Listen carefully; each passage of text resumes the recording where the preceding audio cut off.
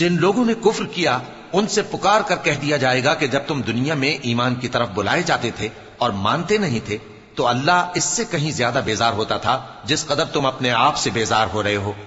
وہ کہیں گے کہ اے ہمارے پروردگار، تو نے ہم کو 2 دفعہ بے جان کیا اور 2 دفعہ جان بخشی، ہم کو اپنے گناہوں کا اقرار ہے، تو کیا نکلنے کی کوئی سبیل ہے؟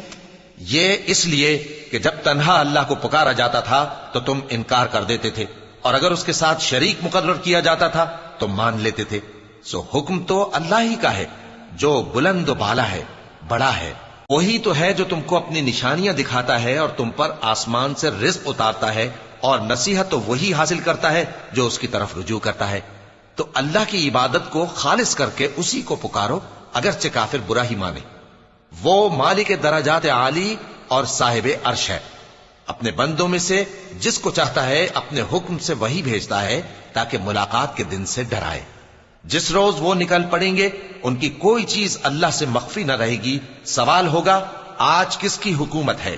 جواب ملے گا اللہ کی، جو اکیلا ہے، بڑا زبردست ہے۔ آج کے دن ہر شخص کو اس کے اعمال کا بدلہ دیا جائے گا۔ آج کسی کے حق میں بے انصافی نہیں ہوگی۔ بے شک اللہ جلد حساب لینے والا ہے۔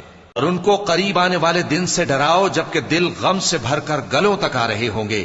ظالموں کا کوئی دوست نہیں ہوگا اور نہ کوئی سفارشی جس کی بات قبول کی جائے۔ وہ آنکھوں کی خیانت کو جانتا ہے اور جو باتیں سینوں میں پوشیدہ ہیں ان کو بھی۔ اور اللہ سچائی کے ساتھ فیصلہ فرماتا ہے، اور جن کو یہ لوگ پکارتے ہیں وہ کچھ بھی فیصلہ نہیں کر سکتے۔ بے شک اللہ سننے والا ہے، دیکھنے والا ہے۔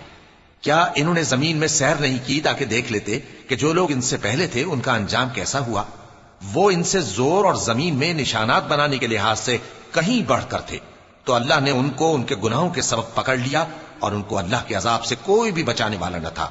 یہ اس لیے کہ ان کے پاس پیغمبر کھلی دلیلیں لاتے تھے تو وہ کفر کرتے تھے، سو اللہ نے ان کو پکڑ لیا۔ بے شک وہ صاحب قوت ہے، سخت عذاب دینے والا ہے۔